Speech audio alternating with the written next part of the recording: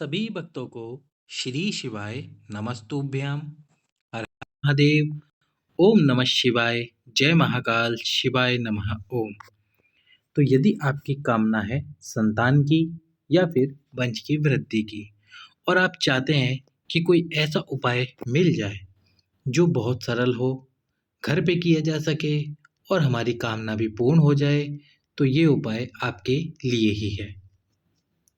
कैसे करना है ये उपाय आपको समझा देते हैं हम आपको, ताकि आप कोई गलती ना करें और अच्छे से इस उपाय को कर सके। पर उससे पहले आपको वीडियो को लाइक करके चैनल सब्सक्राइब कर देना होगा और वीडियो शेयर कर देना होगा अधिक से अधिक लोगों के पास में, ताकि सभी माताओं बहनों को इस उपाय की जानकारी मिल सके।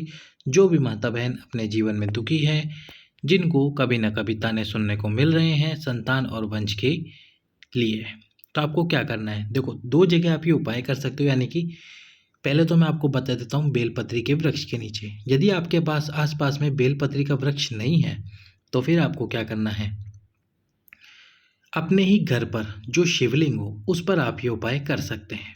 पर पहले प्रयास कीजिएगा बेलपत्री के वृक्ष के नीचे इस उपाय को करने के लिए। तो आपको क्या करना है, बेलपत्री का वृक्ष ले लेना है और ये जो बेलपत्री का वृक्ष हो, इस बेलपत्री के वृक्ष के नीचे आपको वहीं की मिट्टी उठाकर शिवलिंग का निर्माण कर लेना है। अब शिवलिंग का निर्माण करने के बाद में आपको अपने पास में कुछ वस्तुएं रखनी है, जिसमें हो गए 5 सफ़ेद पुष्प, एक यज्ञोपवीत जिसे हम जनेऊ भी कहते हैं, साथ में हो गए आपके पास में 11 काली मिर्च के दाने और साथ में हो गए 21 गेहूं के दाने। ये सभी हमारे वंश में वृद्धि कराते हैं। तो ये जो 5 सफ़ेद पुष्प है, समर्पित करने से पहले आपको एक कार्य करना है। जैसे आप ये शिवलिंग का निर्माण कर दो, निर्माण करने के बाद में आपको सबसे पहले, जैसे आपने शिवलिंग निर्माण कर दिया, पंचामृत समर्पित करना है। अब आप जानते ही पंचामृत 5 वस्तुओं से बनता है: दूध, दही, घी, शहद और शक्कर। इन पांचों वस्तुओं को जब एक पात्र में मिलाया जाता है तो उसे हम पंचामृत कहते हैं। आपको ये पंचामृत शिवलिंग पे समर्पित करना है, फिर थोड़ा सा जल समर्पित करना है। इसके बाद में आपको क्या करना है, ये 5 जो सफ़ेद पुष्प हैं, कहते हैं ये 5 सफ़ेद पुष्प यदि आपने एक एक करके और एक एक पुष्प तुम्रुकेश्वर महादेव के नाम से समर्पित किए तो श्री तुम्रुकेश्वर महादेव आपके ऊपर कर देंगे कृपा। तो एक एक पुष्प तुम्रुकेश्वर महादेव के नाम से यज्ञोपवीत आपको समर्पित करना है। 11 काली मिर्च के दाने समर्पित करने हैं रोग मुक्ति के लिए और मनोकामना पूर्ति के लिए। साथ में है आपके पास में 21 गेहूं के दाने। ये गेहूं के दाने भी हमारे वंश को बढ़ाते हैं। ये सभी वस्तुएं समर्पित करने के बाद में एक दीप आपको लंबी बात का प्रज्वलित करना है। क्योंकि आप वंश वृद्धि करवाना चाहते हो, इसलिए आपको लंबी बात का एक दीप प्रज्वलित कर देना है, जिसमें आपको डालना है घी।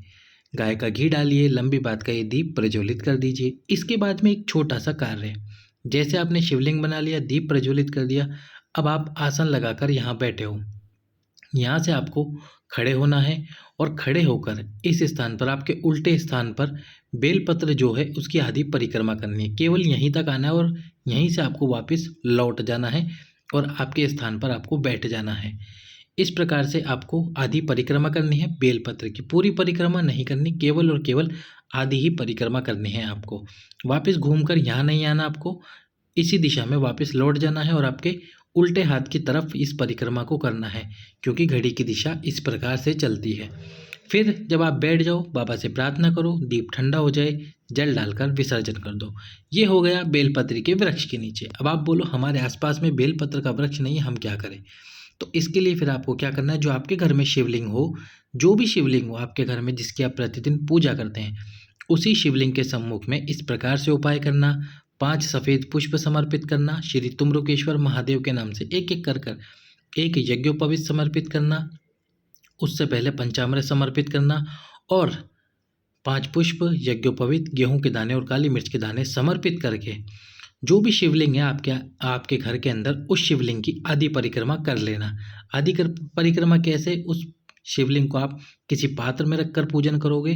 तो जिस स्थान पर बैठे हो, जैसे कि मान लीजिए ये शिवलिंग है आपके घर का और आप इस स्थान पर बैठे हो, तो यहाँ से आपको खड़े होना है, इस प्रकार से आधी परिक्रमा करनी है और वापस घूमकर इसी स्थान पर अगर बैठ जाना है और बैठकर बाबा से प्रार्थना कर लेनी है। सोमवार अष्टमी के दिन प्रदोष काल में या सुबह जब आपको मौका मिल जाए तब आप इस उपाय को कीजिए। बाबा भोलेनाथ महादेव आपकी समस्त मनोकामना को कर देंगे पूर्ण।